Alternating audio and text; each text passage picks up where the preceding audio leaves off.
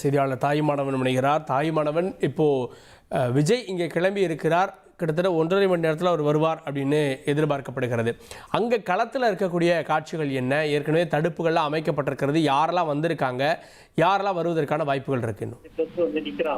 கரூர் துயர சம்பவத்திற்கு பிறகு சுமார் 55 நாட்களுக்கு பிறகாக தமிழக வெற்றி கழகத்துடைய தலைவர் விஜய் மீண்டும் தன்னுடைய மக்கள் சந்திப்பு நிகழ்ச்சியை இன்று தொடங்க இருக்கிறார்.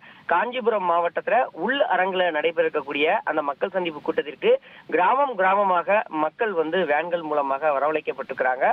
குறிப்பாக குறிப்பிட்ட மக்கள் மட்டும் வரக்கூடிய வகையில சம்பந்தப்பட்ட கிராமங்களுக்கு நேரடியாக நேற்றைய தினம் தாவேகா நிர்வாகிகள் சென்று டோக்கன்களை வழங்கி அந்த அனுமதி சீட்டை வழங்கி தற்போது அவர்கள் மட்டும் இந்த உள்ளரங்கு இடத்திற்கு வருகை தருவதற்கு ஏற்பாடு என்பது செய்யப்பட்டிருக்கிறது.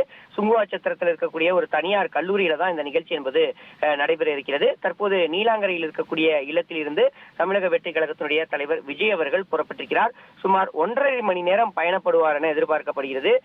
விஜய் அவர்களுடைய வாகனத்தை தொண்டர்கள் யாரும் பின்தொடரக்கூடாது என கட்சியின் தலைமையின் தரப்புல திட்டவட்டமாக தெரிவித்துவிட்ட ஒரு சூழல்ல தற்போதைய சூழல்ல தொண்டர்கள் யாரும் பின்தொடரவில்லை. தொடர்ந்து விஜய் அவர்களுடைய வாகனம் வேகமாக வரக்கூடிய காட்சிகளை தான் அங்க இருக்கக்கூடிய செய்திகள் நமக்கு உணர்த்துகிறது. இந்த நிலையில தான் விஜய் அவர்கள் சரியாக இன்னும் ஒரு 1.5 மணி நேரத்துல இங்க இருக்கக்கூடிய அந்த சுங்குவாச்சத்திரம் தனியார் கல்லூரிக்கு வருகை தருவார் என எதிர்பார்க்கப்படுகிறது.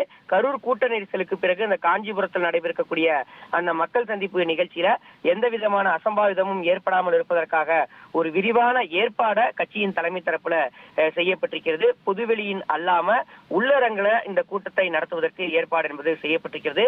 காவல்துறையினர் பொதுவெளியில நடத்துவதற்கு அனுமதி வழங்க மாட்டார்கள் என்பதால உள்ளரங்கு நிகழ்ச்சியாக இந்த நிகழ்ச்சி நடத்தப்படுகிறது. காஞ்சிபுரம் பகுதியைச் சேர்ந்த 2000 பேர் வீடு வீடாக சென்று 2000 பேருக்கு அந்த QR கோடுடன் கூடிய அனுமதி சீட் என்பது வழங்கப்பட்டிருக்கிறது. குறிப்பா நெசவாளர்கள், விவசாயிகள், மாணவர்கள், மகளிர்கள் என பலதரப்பட்டோர் இந்த கூட்டத்தில் பங்கேற்பதற்காக காலை முதல் வந்த வண்ணம் இருக்கிறாங்க. கூட்டத்தில் பங்கேற்பவர்கள் அனைவரையும் வரவழைப்பதற்கு வாகனம் மூலமாக சம்பந்தப்பட்ட கிராமங்களுக்கே சென்று தாவேகாவினர் அவர்களை மட்டுமே வாகனத்துல ஏற்றிக்கொண்டு தற்போது இந்த நிகழ்ச்சிக்கு வருகை தருவதற்கான ஏற்பாடுகளை செஞ்சிருக்கிறாங்க.